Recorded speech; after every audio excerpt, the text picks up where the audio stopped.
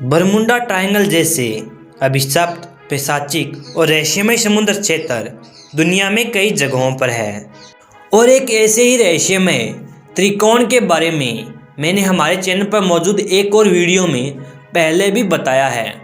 अगर आपने वह वीडियो नहीं देखी तो उसका लिंक आपको डिस्क्रिप्शन में मिल जाएगा, आप उसे भी ज़रूर देखिएगा। लेकिन इन सभी ट्रायंगलों से भी ज़्यादा खतरनाक ट्रायंगल मौजूद है मध्य जापान के समुद्री किनारे से थोड़ी दूर प्रशांत महासागर में, जिसने अब तक सैकड़ों जहाज़ों को बड़े ही खतरनाक और रहस्यमय तरीके से निगल लिया है। प्रशांत महासागर का यह क्षेत्र काफ़ी अशांत है और अभी तक यहाँ इतनी भीषण दुर्घटनाएं हो चुकी है कि स्वयं जापान की सरकार ने इस पूरे क्षेत्र को प्रतिबंधित घोषित कर रखा है। बरमुंडा ट्रायंगल की तरह यह क्षेत्र भी एक त्रिकोण के आकार का है जो जापान से लेकर बोनिन आइलैंड और फिलीपीन समुद्र के काफ़ी हिस्से को घेरे हुए है। कुछ आंकड़ों की माने तो इस समुद्री क्षेत्र की रहस्यमय शक्तियों के कारनामे साल 2 साल या दशकों पुराने नहीं हैं, बल्कि शताब्दियों पहले यहाँ पैशाचिक हलचल शुरू हो गई थी और आज दुनिया इस क्षेत्र को प्रशांत महासागर के बरमुंडा ट्रायंगल या फिर द ड्रैगन ट्रायंगल के नाम से जानती है।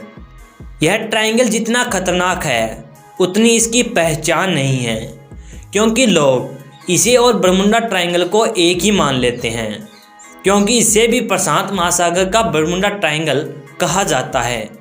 लेकिन बरमुंडा ट्रायंगल अलग है और ड्रैगन ट्रायंगल अलग।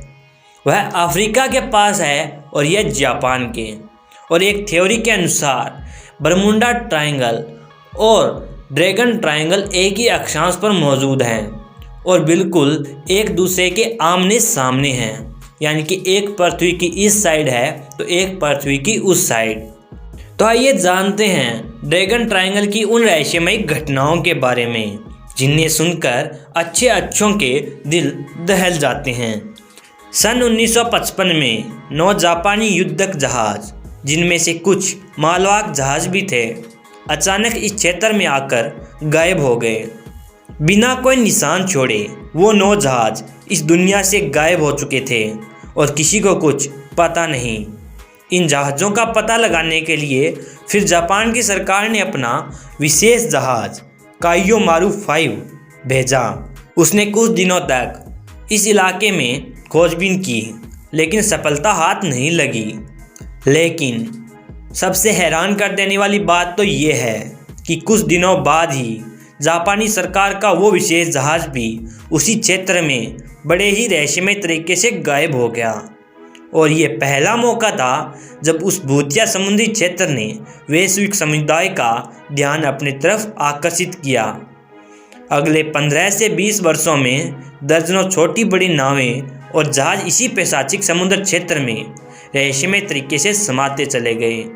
वैज्ञानिकों की माने तो प्रशांत महासागर का यह शांत क्षेत्र, यानी कि ड्रैगन ट्रायंगल, विश्व के उन चुनिंदा 12 खतरनाक भवन वाले क्षेत्रों में से एक है जहां अपने पृथ्वी ग्रह की विद्युत चुंबकीय तरंगें अपनी सर्वाधिक शक्तिशाली अवस्था में है किसी और स्थान की तुलना में।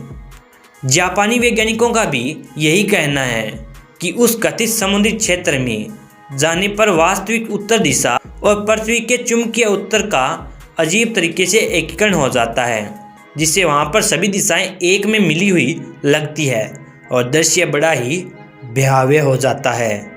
दिशाओं के एकीकरण से वहाँ दिशा का ज्ञान होना लगभग असंभव हो जाता है और साथ ही वहाँ से निकलना भी असंभव।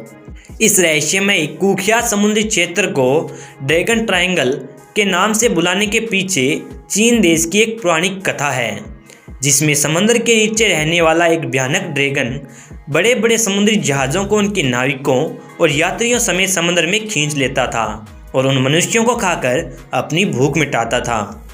ड्रैगन से संबंधित इस तरह की कहानियाँ वहाँ हजारों सालों से प्रचलित है और यही वजह है कि आम बोलचाल की भाषा में वहाँ के लोग इसे ड्रैगन ट्रायंगल के नाम से बुलाते हैं। कहा जाता है कि प्रसिद्ध मंगोल योद्धा कुबलई खां 13वीं शताब्दी में जब जापान पर आक्रमण करने को निकला और उसने इसे जीतने की सोची, तो अपनी सेना के साथ वो इसी समुद्री क्षेत्र के आसपास से होते हुए गुजरा और जैसा कि होना था, कुबलई खान ने अपने जीवन का सबसे भीषणतम त्रासदी और प्रलयंकारी मंजर देखा।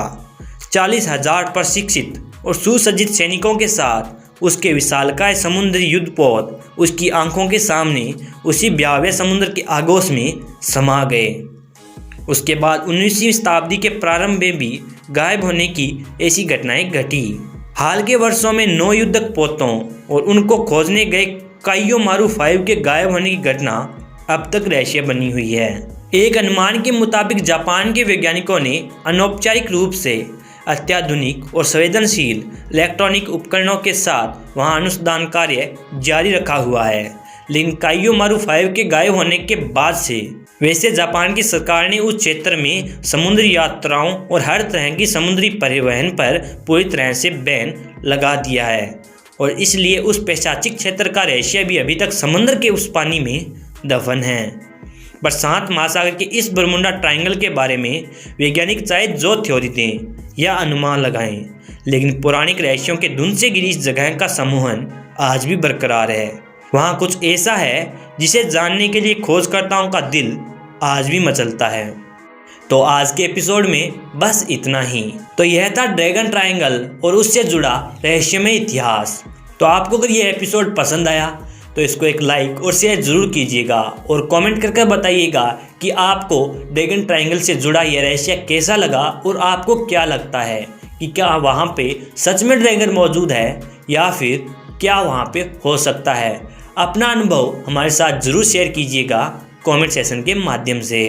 बाकी अगर चैनल पर पहली बार आए हैं या फिर चैनल को अभी तक सब्सक्राइब नहीं किया है तो चैनल को सब्सक्राइब कर आप भी हमारे लॉजिकल मिस्ट्री फैमिली के हिस्सा बन सकते हैं, क्योंकि आपको यहाँ पे दुनिया भर की रहस्यों से रूबरू करवाया जाता है।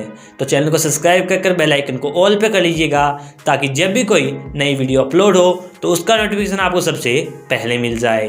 तो अब मुलाकात होगी अगली वीडियो में, तब तक के लिए बाय बाय।